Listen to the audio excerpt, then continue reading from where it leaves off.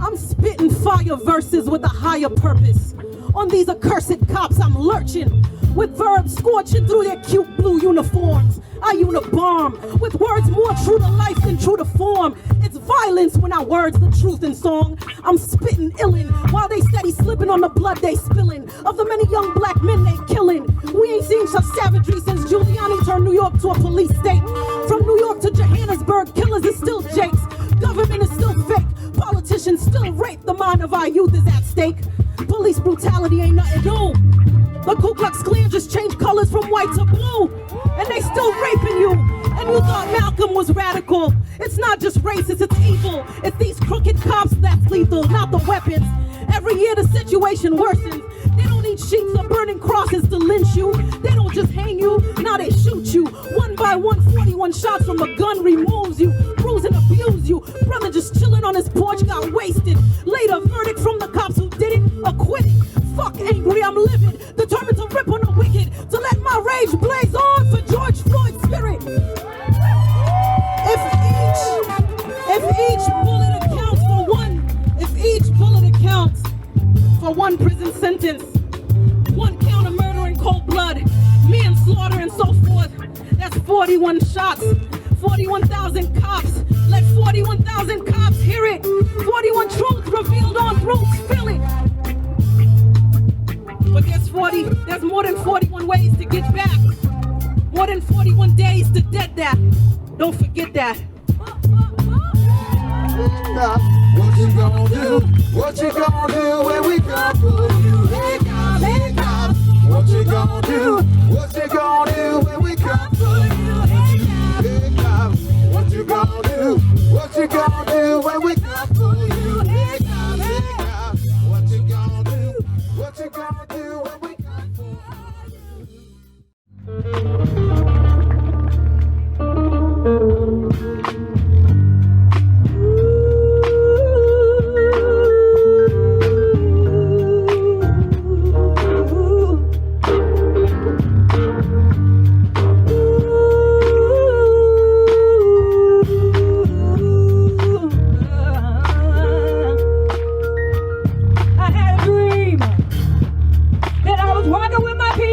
Everyone was equal, dream.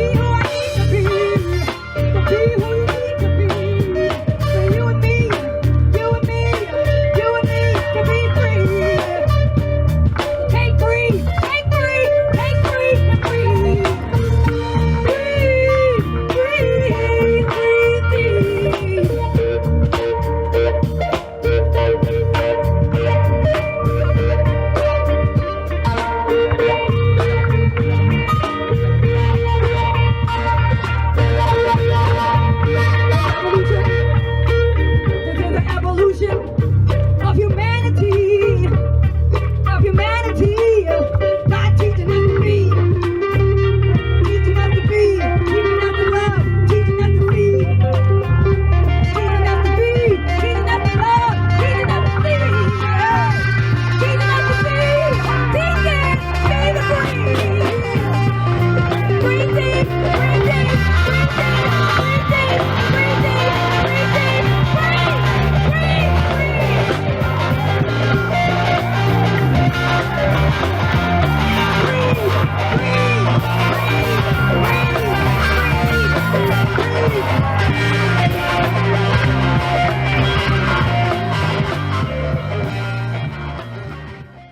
So here we are.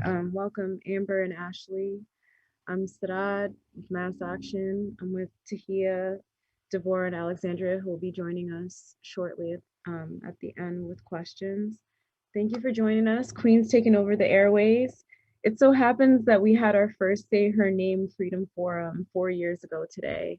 And I didn't realize it until, I got the reminder on Facebook, and I said, wow, everything happens for a reason, although it may not be, our plan and our intention. But as long as we do good things with our life energy and our breath, we take it a step forward for our ancestors.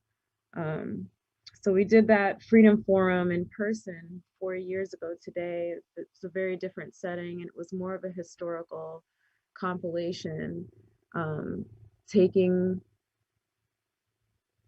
us steps through, Harriet Tubman, Ida B. Wells, and going through the best that we could, documenting all of these lives that were lost in our recent history due to police violence and police brutality and corruption of the state. And since then, so many people have been killed by the police and protected by the system.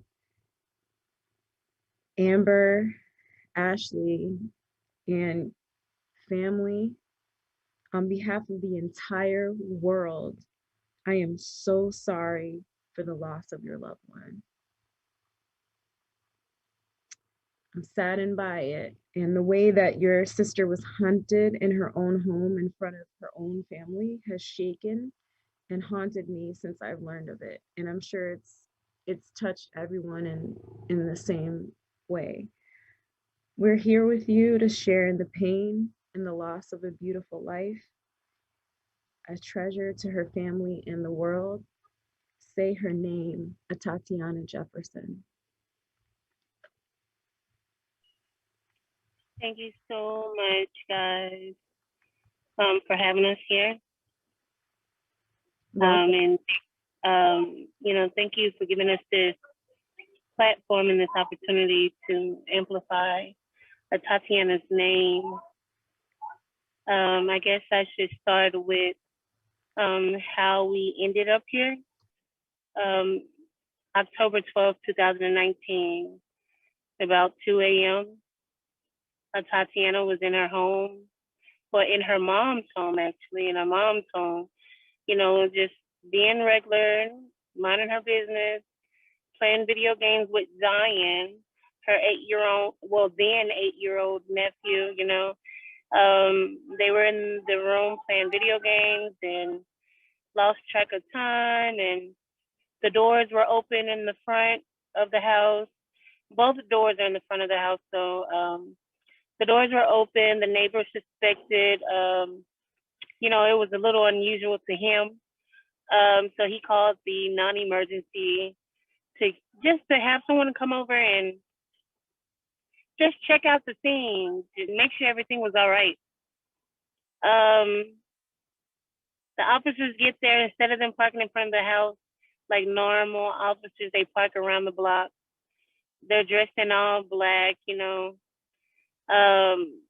come up to the house and don't acknowledge who they are, don't identify themselves, don't announce themselves, pass up one door, two doors that are completely open. The doors are open, but they have like screen doors. So when we say open, the main doors are open, but the screen doors are shut. so you can see all the way through. The lights were on, so you can see all the way through to the back of the house. No knock, no ring, no doorbell rung. The officer decided, him and his partner, because he was not alone, him and his partner decided to go around the side of my mom's house, and they spotted a gate. They decided to open up that gate, there was a lock on there, so they had to twist the lock just to get in. So, got into the backyard. Within seconds, saw a silhouette in the window, flashed his light, said, "Put your hands up." Within seconds, y'all. Within seconds, just shot her. Within seconds, saw a body in the window and shot her. No time to put her hands down. No time to even possibly understand, oh, wait, these are the authorities. What are they doing here? From her point of view, on the inside, someone is creeping in the backyard of my mom's house. And I must tell my 8-year-old to duck down, because I don't know there's an imposter. I don't know who's in the backyard. So that is how we end up here.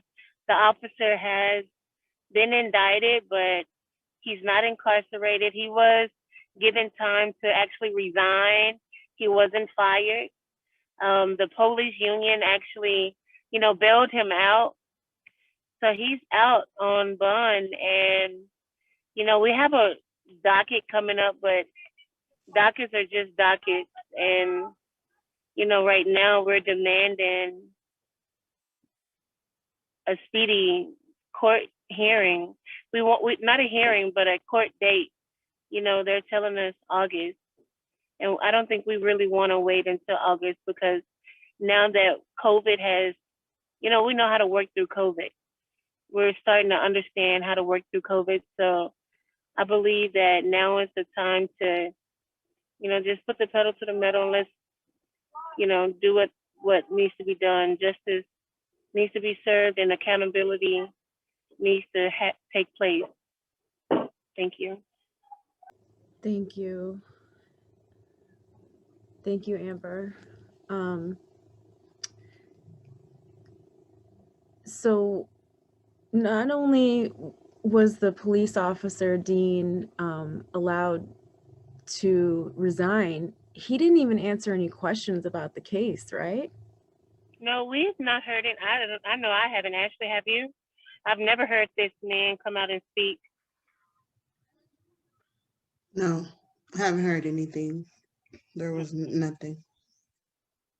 So he's being completely protected by the police union in this matter. Yeah, he chose not to speak, and he's not being forced to do anything.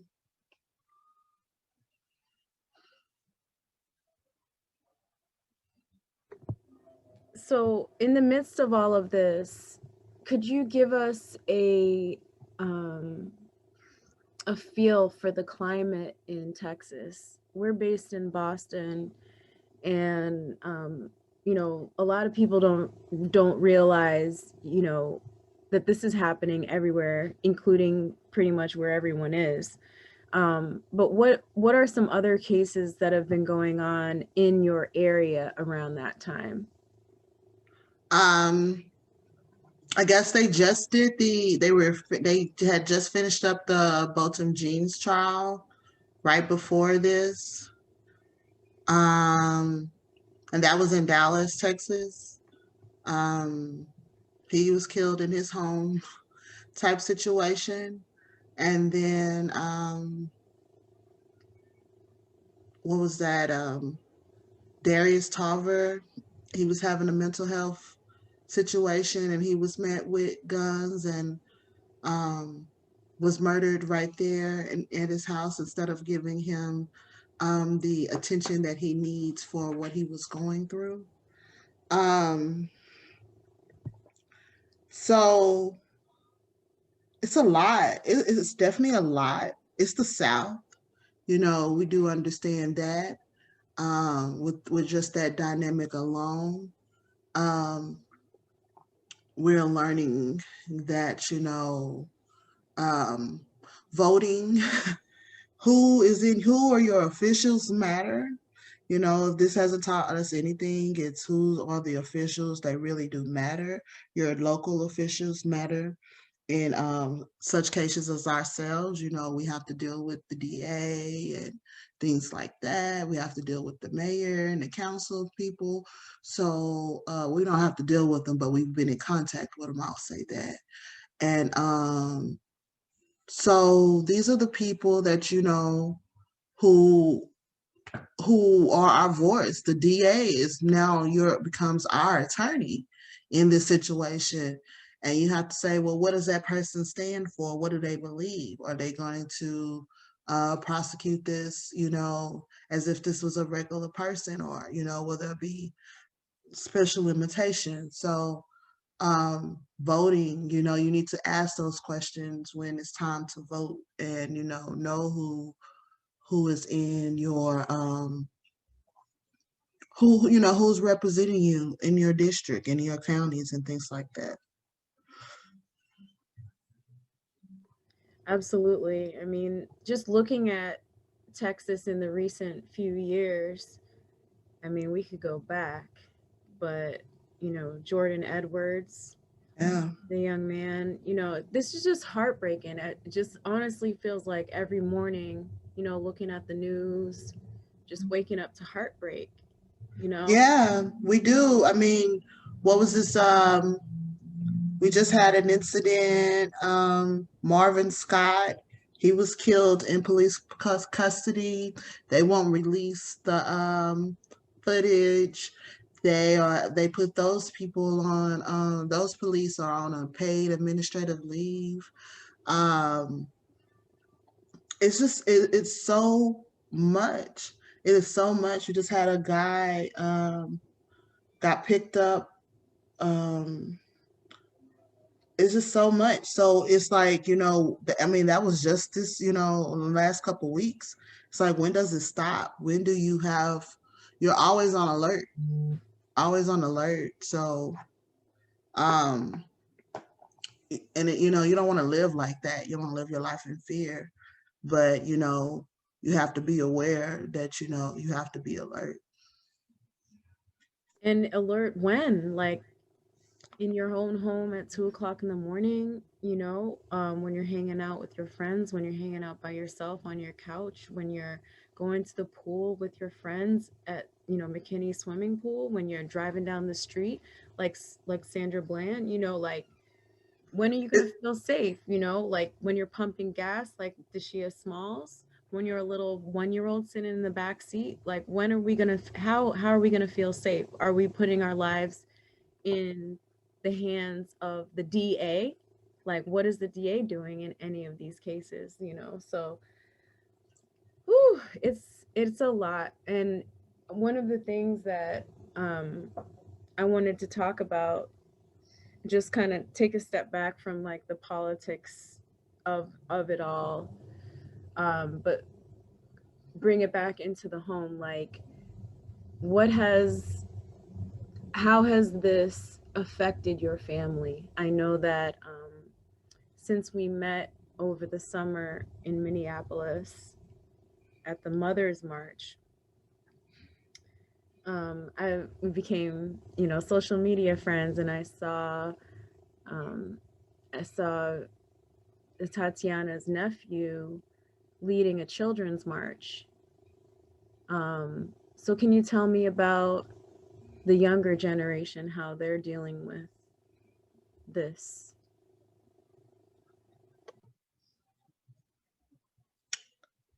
Um, well, I'll say for me, I'll let Amber speak, I guess, for us, our nephews, and, how has it affected them. For me, this has been hard. This has been really hard. We had to, be with our mother during this time. She was hospitalized when all this was going on. and being at a hospital every day and can't being able to fight for your child is it's a place to be. It's a place that I don't want anyone. It was a horrible place to be. um and then losing our mother in January of 2020. um I can say that I felt like I was in a haze most of the year. It was just, I did function, I did go to work and things like that. But was I really present? No, I was not. I was just basically doing what I need to, survive and work on myself. You really have to learn how to work on yourself because this is a lot. It becomes your life is a lot by itself, but then you add all the extra additives to the family dynamic, the family circle, because we lost two immediate people in our family circle in 2 months, and that takes a lot of adjusting too. And I don't think any of us is completely adjusted. We're just trying to realize what really went on. So in the midst of all of that, we still have to figure out how to fight for justice for our sister and things like that. So it's like, when do we grieve? When do we, able to have that moment to grieve? And we really haven't. And I don't think we will till, at least to after the trial. Amber. I guess I can speak on um, when it comes to how our family has been since the tragedy. I can speak for Zion's sake. It's been tough because we're speaking of a child who already had issues before any of this, and now just added more to his very small plate. He feels as though the weight of the world is on his shoulders every day, and he has good days, but he also has those tough days. We've done therapy. Our sessions have ended. We're in the process of starting a new session through a new group. But therapy is great to have someone to talk to. But for Zion's sake, because he is a kid and he doesn't quite understand, I feel like he needs so much more than just this COVID-19 therapy. You know what I mean? So we went camping this weekend, and he was able to learn some little lessons from camping, and it was a great experience. But yeah, it's like Ashley says, I can totally second her and say that it's just a lot. It's so much that I don't know if I could. I don't know. I really don't know. I really don't know.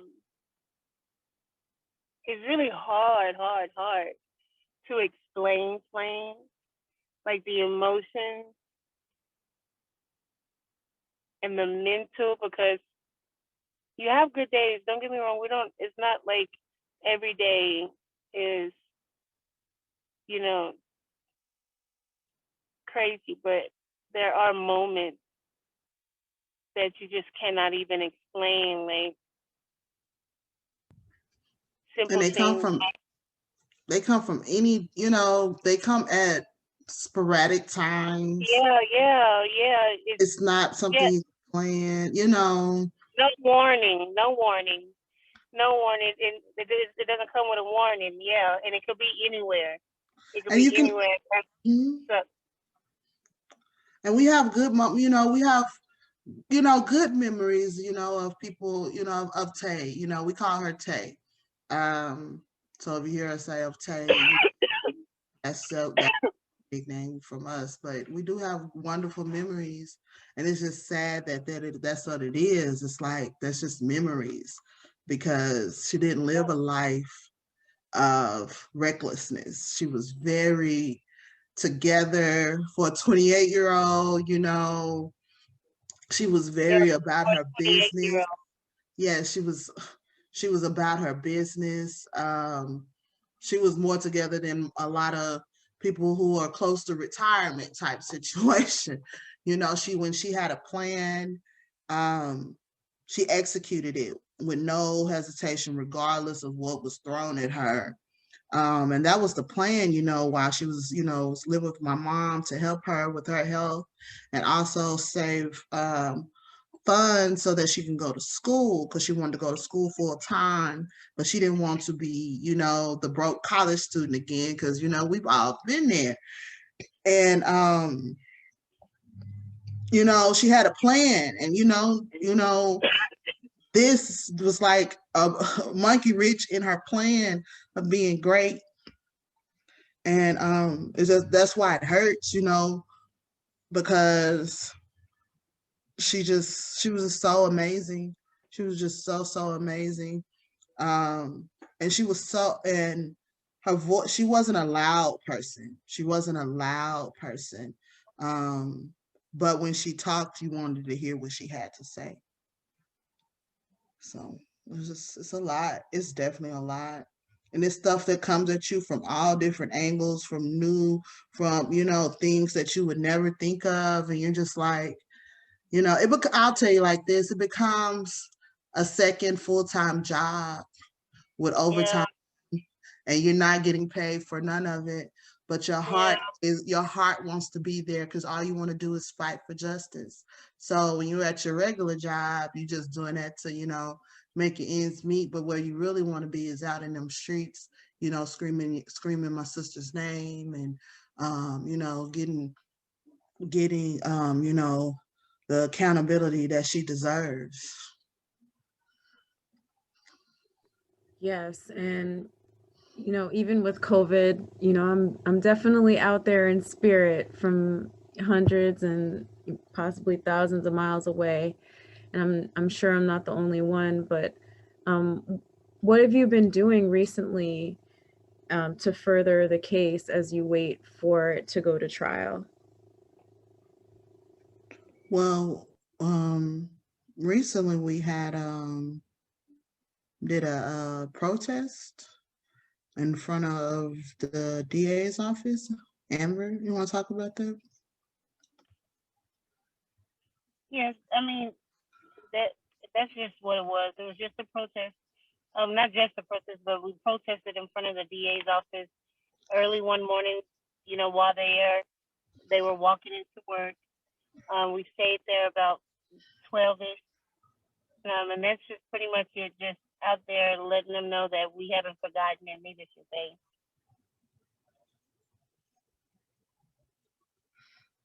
Absolutely. And I saw also that there was a wrongful death suit that was also launched as well late last year. That it was set forth in federal court in the Northern District of Texas, um, alleging that the officer or ex-officer Dean's conduct demonstrated a deliberate and indifference to and a conscious disregard for the constitutional rights and safety of Tay. And you know, I remember how it was reported in the news, and you know, as a black woman in this country, or really in this world, when I hear the news, it's like I hear the words coming out of their mouth, but I also see the words in between the lines, you know. And I do remember in one of the first reports that um, they mentioned that she had a gun, you know, and it was kind of like not necessarily put forth in the news in a way that um, you know, it was rather ambiguous, the way that they put it forth, but it was clearly found that, you know, she had a right to draw her weapon. You know, they didn't announce themselves. You know, the body cam evidence showed that they didn't announce themselves, and you know, you pointed out all of the things that were wrong They, you know, went past the gate. They didn't go to the front door. They didn't announce themselves. And it just happened so fast, you know. And this guy, Dean, was basically in a position where there had been issues. He had issues before, and the city of Fort Worth had failed to reprimand him. That was part of the suit as well for prior instances of excessive force and failing to adequately, you know, train the officers. So, you know, there were complaints about him, quote, exhibiting a pattern of escalating encounters with the public. Also, that they encourage policies and practices and customs with deliberate indifference to the rights of citizens. Now, that sounds like a very familiar way that, you know, officers are getting away with behaving. And, you know, it seems like it's less about the individual and more about the culture of not only just one police station, but like an entire county, an entire state, an entire country. So this is a pattern. And, you know, there are some things that definitely hurt me to watch, you know, to hear and see on these press conferences. So it's so important. Like, I don't want to necessarily play all of that because it's just, it could be possibly, you know, re-traumatizing. I think in just my unprofessional opinion, the best thing is to control your narrative, you know, and to really get the word out about the things that weren't in the news, the things that weren't emphasized, the things that are happening, you know, the ups and downs that you're experiencing every time they push back a court date, or you know, every day that this police officer or ex-police officer and his supervisors and his city and his jurisdiction is not held responsible. Every day that the DA doesn't do his job. You know, so we'll definitely keep following this case. What is the next court date that they have proposed at this point? Right now, we have a motions docket on March 24th. So hopefully, tentatively, you know, maybe by, you know, we haven't been, like I keep saying, this is a totally new chartered waters that we are in, so we don't know, but I am hoping that that is when they will be able to set a date of when the trial will be. All right, so we should definitely, you know, we will definitely stay in touch and help push from all sides. We'll get that DA on speed dial if we have to, and if we can't do it, let our feet do the walking out to Texas, we'll definitely dial with our fingers and you know, put the pressure on in the social media and the media, you know. Not only are we going to say her name out in the streets, but we're going to say her name and let everyone know that, you know, we're not going to rest until this case is won, because it's that much more of a deterrent from it happening again. Many of these police officers are repeat offenders, and you know, just like the county would be a reoffender, you know, for all of the things that are allowed to recur. Um, so aside from the case right now, kind of moving at the pace of the state with it, what else are you working on?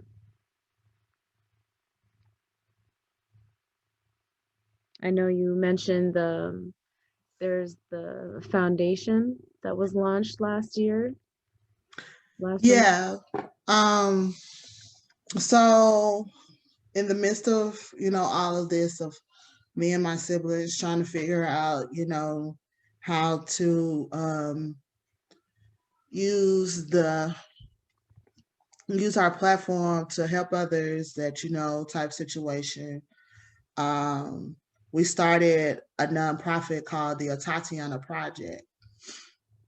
And its goals is to bring and expose STEM to sorry, expose STEM to urban communities. Sorry, I'm a little nervous. I don't know why. I say this all the time. But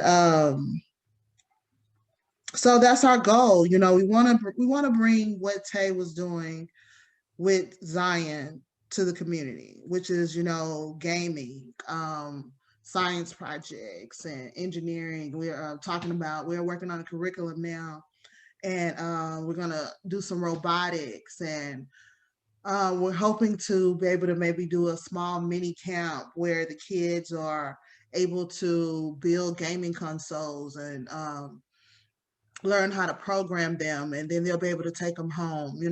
It's all about just exposing them to different STEM opportunities so that they can know that there are other options. You don't have to be a doctor or a lawyer. Not saying that those things are not great, because that's what Tay wanted to do. But if we wanted to give them just the exposure to whatever thing, other things that they could do. So right now we're trying to find a facility, and hopefully we can do that within the coming year, and just expand that idea out of gaming centers. It's going to be gaming centers, but with STEM and things of that nature. Um, we What else could I say? Did I miss something, Amber? No, I think you said it all. That she really said a lot. But to just sum it up in a nutshell, we're just introducing STEM to the communities that don't usually receive any type of resources in that area, and show them how video games don't have to be just video games. You can actually make a career out of it, and an actual successful career out of it, because there's a lot of money in the video game industry. Thank you. That's amazing. That sounds like so much fun, and I think every community needs more of that. Um, so we look forward to seeing how that project develops, and we'll definitely on the back end, put up the links for that. And the beautiful website that's been created, atatianaproject.org. I encourage everyone to peruse through it. It's just, you know, although the events that brought us to this focal point are very sad, you know, it's very evident that Tatiana was a beautiful person with a beautiful spirit that lives on through all of this fight and all of this good work that her family and community is doing. How can, well, what type of support do you and your family need, and how how can we help from afar?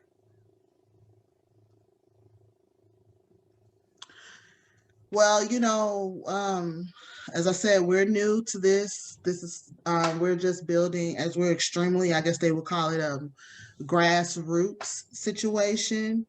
Um, so we're open to, anyone who wants to help us, raise awareness for Tatiana, or connect us, or even know anyone who, you have any connections to grants or any donations for our nonprofit, or any building situations. You're learning that a nonprofit it's a business, and you have to learn about business credit and things of that nature. And so taxes, I'm just saying, because we are really trying to make this as large as possible. One of the things we say in our business plan is, yeah, we're starting in Fort Worth, but our goal is to branch out to more major cities and urban areas to expose as many kids as possible so we can have a whole bunch of TAs and, enough to, make a difference into the next generation. So basically saying all that is that, anything, if you feel like your I guess I would say your gifts could help us do those things, do that work, please reach out. Because I can't say, I only need this because I don't know, different people have different gifts. I'll say that. I'll give an example. There was a local cafe in Fort Worth who reached out to us, and they made an ice cream sandwich in honor of Tay for a moment of time, and they sold it, and they gave certain proceeds to the Tatiana Project. I had never thought of that idea type situation, but I was definitely grateful that these people used their gifts to, still influence and be a part of our foundation. So, so that's just an example of, anything that, anything is possible. We're always willing to work with people because we know that the more people we connect with, the more people know her name, and, her legacy will be able to live on. Absolutely. That's so sweet. It just made me smile thinking about that, when you said we want to have a whole bunch of taste, and the ice cream sandwich, right? So definitely people who are listening, go to atatianaproject.org, and there's a place where you can just click on get involved and put your contact information in there, and just leave them a message, let them know how you can get involved, and that's where it all begins. So just kind of taking a look at the larger view of everything, was there anything that surprised you regarding the response and the conduct of different individuals and organizations in this journey that you've been on? I have learned that, it's the community, is just gonna keep us through this. I guess a lot of people will say, oh, this was a national story, and a lot of people were on it, but it's real quiet right now type situation. It was hot for a second, and the media moved on. And what has helped us, to keep pushing through is grassroots community, organizations, and two of them in particular, Enough is Enough in Fort Worth, and United My Fort Worth. These people have, been there to help us, through. So we're learning that, yeah, the national media, is cool, but it's not going to stay forever. And you have to, you got to connect with that community that you're in, to help you. But it's that they connect with you. That's what, I'm learning that we're open, that they'll connect with you, and they're actually trying to look out for us because they want justice and they feel the pain because it's their community as well. I have two more questions, and then we'll start going around with my lovely co-hosts. What has been the most effective for your family so far, just in order to increase awareness?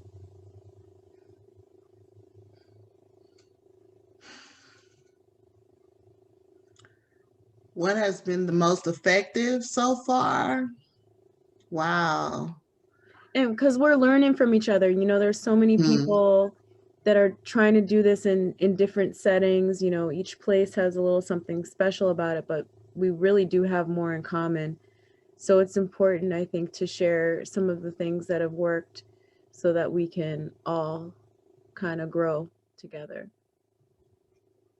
Yeah, I would say the connecting with the community organizations, the community activists, So because they have more connect, well, they have a, not want to say more, they do their branches off of people that they want to just help. So that part I feel like has been helpful. I do believe that social media presence, I know that's kind of, I don't want to say cliche or, but that's something, that's where the media is now. That's where people get their news from. Um, so we have to learn how to have a social media presence on all platforms, or all different platforms, and so that you can get awareness of a Tatiana to everybody type situation. So we're definitely learning that. Okay, and Amber, and hey, we are all working on it too. We are all, there's just more social media going on. It's like it's more than 24/7. It's like every single moment of the day, you know? Right. And you have, we're gonna first start with Instagram, then you got Facebook, then we on TikTok, Snapchat, Clubhouse. It's like how many, that's become an all-day job too. Right? Yeah. So as I was speaking with Amber the other day, we're talking about a lot of things. But one of them is like, no matter how hard it is, what can you, or rather, can you advise other families that are suffering and don't know how to get attention or answers for their case? Like, luckily you did have a community response. There was something in the news. There was community support out of the gate, right? But for those who are suffering alone, and they don't know where to start, what do you think would be a good first step?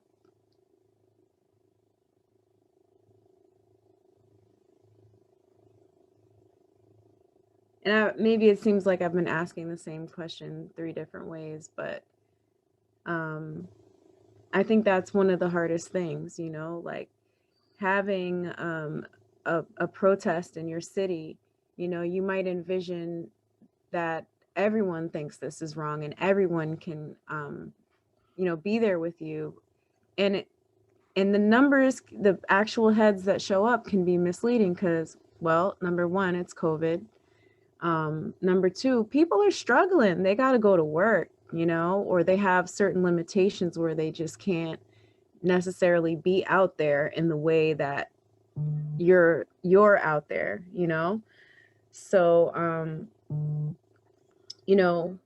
I think one of the things I've seen in Boston is just don't get discouraged. Like, no matter what the number is, as long as you're out there and you're standing up and you're doing the right thing,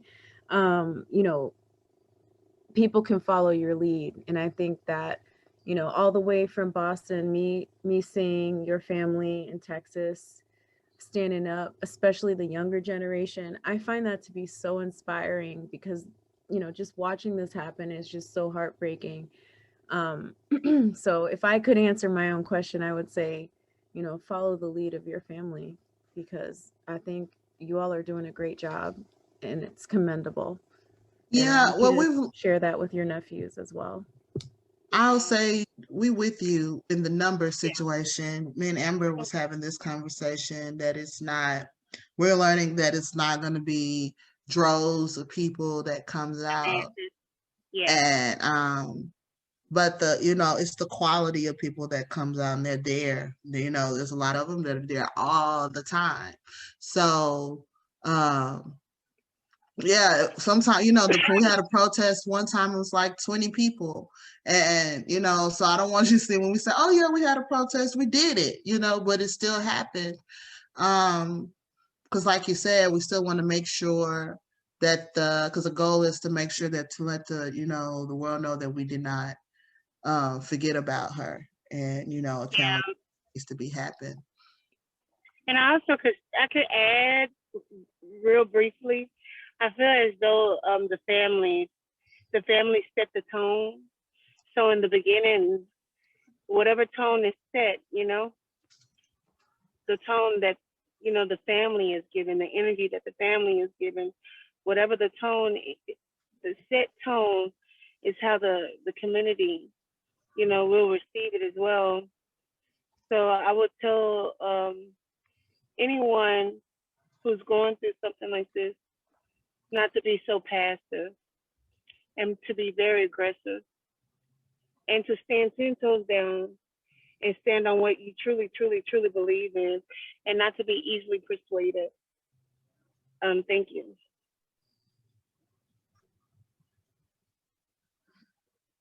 And so, oops. Now we're gonna start just doing the whole round table. And you can feel free. I know Tahia's dying to turn on her camera, but I'll just put on mine real quick. Hey, Tahia is gonna be giving her set of questions. Hi, ladies. Thank you so much for sharing your sister's story and ultimately your family story. So, as a sister in this fight as well, I definitely understand the importance of family and people sticking together. I was so happy to hear that the community, especially the grassroots organizations, have been standing behind you and supporting you. And I know here in Boston, at least with Mass Action, we don't get paid either, right? But people, as a grassroots organization, we put the time in to make sure that we support our families as much as possible. Are there any organizations that have helped you out, grassroots organizations in your particular town, that you just want to shout out really quickly?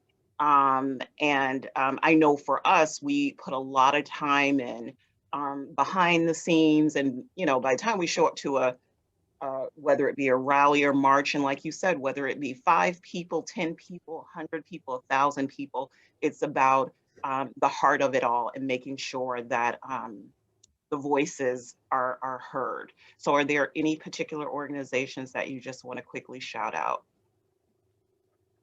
I could start with Enough is Enough in Fort Worth.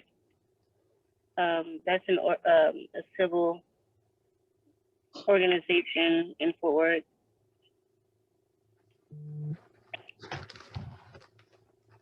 I guess Next Gen is Next Generation Action Network. In the beginning, they were very, very helpful.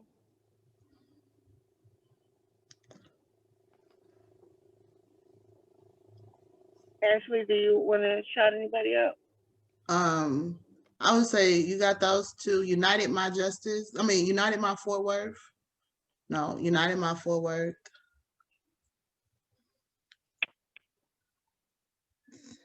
And to follow up on that, what are the other families that you've been working with?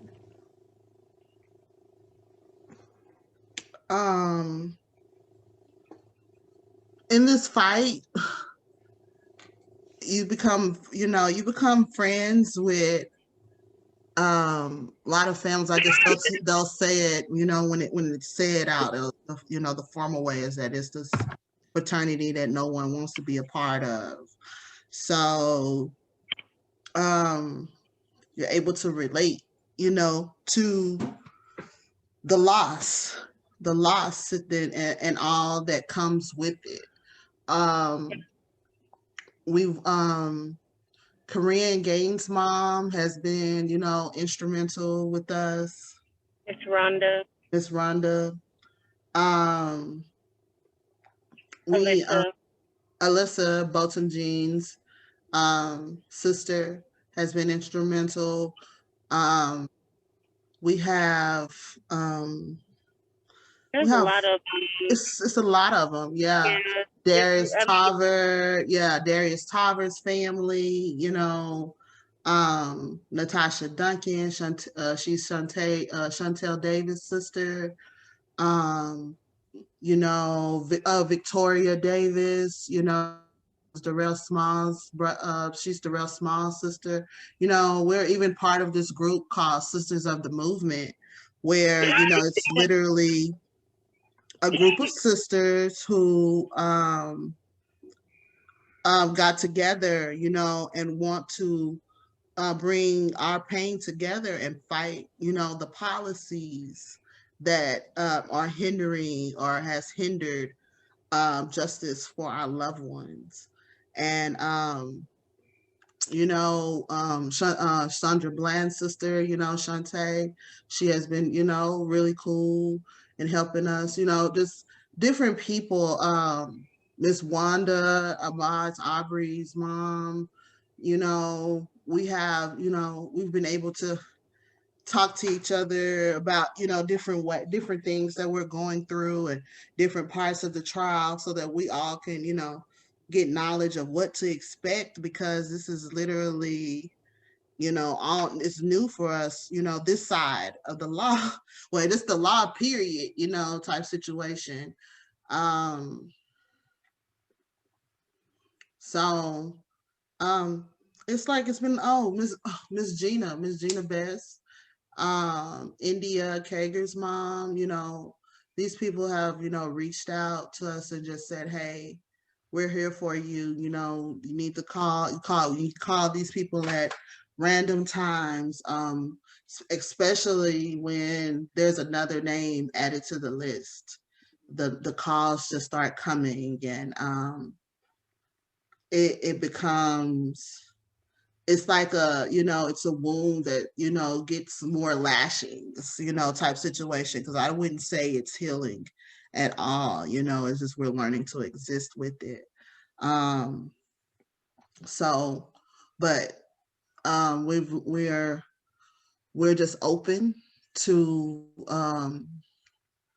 being with these families and understanding that, you know, all our voices are powerful, and they're, you know, extremely powerful when they're put together.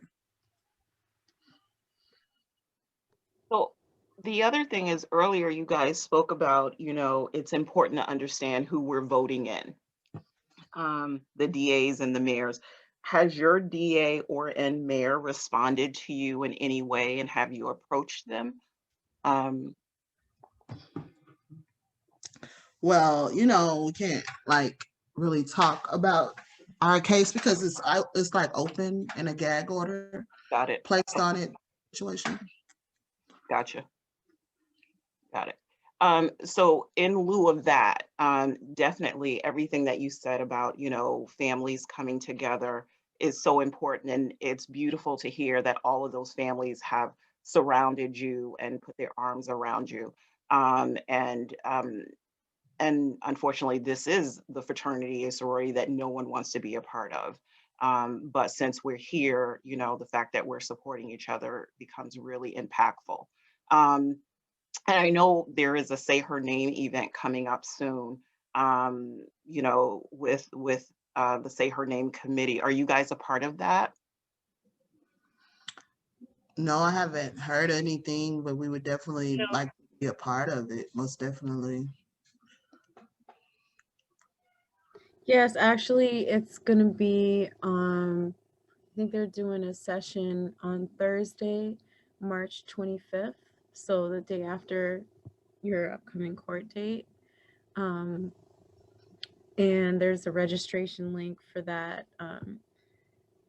Gina Best is promoting that, and you know, many of the women you mentioned, I'm sure, will be a part of that. So I think, you know, that's something I signed up for as soon as I found out about it, and I think they're doing great work. So let's check it out. And we'll put the information in the in the final edit for that one. Um, while we're talking about upcoming events, do you have something happening in April? Um, we have we have two events coming up. The first event is a virtual event on March 27th at 1 o'clock. It's gonna be streamed live from either our Facebook or Instagram, one of those. But it's an estate planning seminar. Um, what we're learning is that yes, millennials do not have estate plans, and we need to educate our community about those things because you know the edible is that death is real, and so you want to when you leave this world, you want to leave your family with as least stress as possible of knowing, what your final words and what your final wishes will be.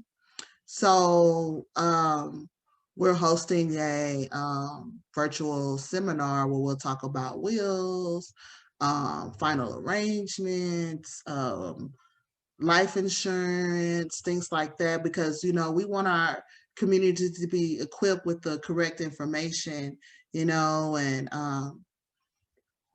some people will, say, well, not let GoFundMe, crowd surfing all the time for funeral expenses because it happens.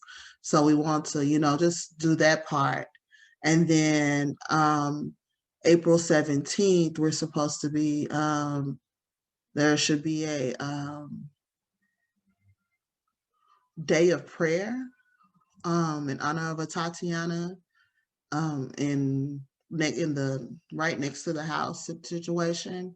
So look out for our. There should be a flyer soon regarding that on our social media, and we'll be, to give you more information. But it'll be in Fort Worth. That sounds really good.